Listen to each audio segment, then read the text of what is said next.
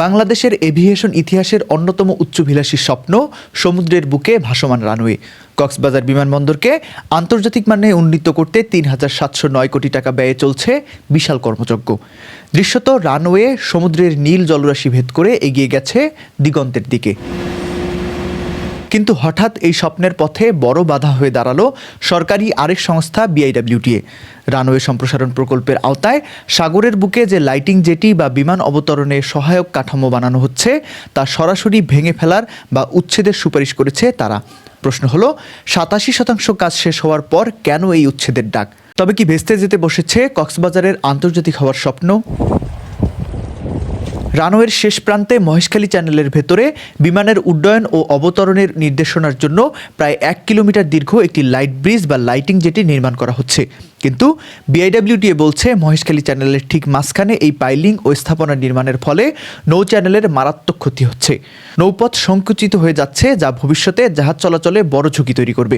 গত বুধবার নৌ পরিবহন মন্ত্রণালয়ে পাঠানো এক তদন্ত প্রতিবেদনে বিআইডব্লিউটিএর চেয়ারম্যান আরিফ আহমেদ মোস্তফা স্বাক্ষর করে জানিয়েছেন, এই স্থাপনা অপসারণ বা উচ্ছেদ করতে হবে। শুধু উচ্ছেদই নয়, চ্যানেলের ক্ষতি বাবদ বিআইডব্লিউটিএ দাবি করেছে ৪,১২,৬৩,৮৩০ টাকা। তারা বলছে, এই প্রকল্পের কারণে চ্যানেলের কী ধরনের পরিবেশগত ক্ষতি হচ্ছে বা ভবিষ্যতে কী প্রভাব পড়বে তা জানতে অবিলম্বে একটি পরিবেশগত সমীক্ষা বা স্টাডি করতে হবে, যার খরচ দিতে হবে বিবেচককে। সমুদ্রের বুকে কেন এই রানওয়ে দরকার ছিল?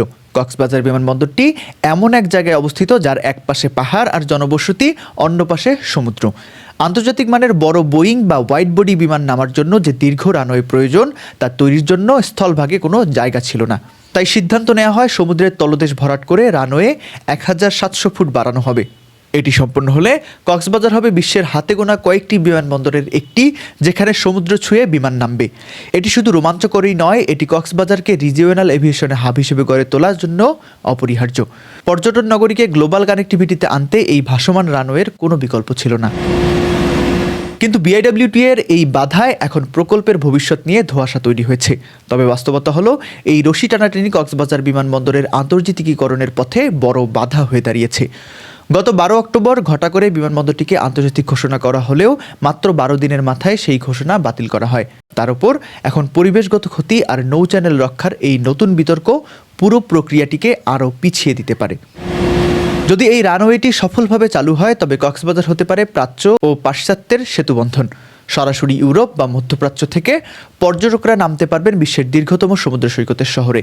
অর্থনীতিতে যোগ হবে নতুন মাত্রা।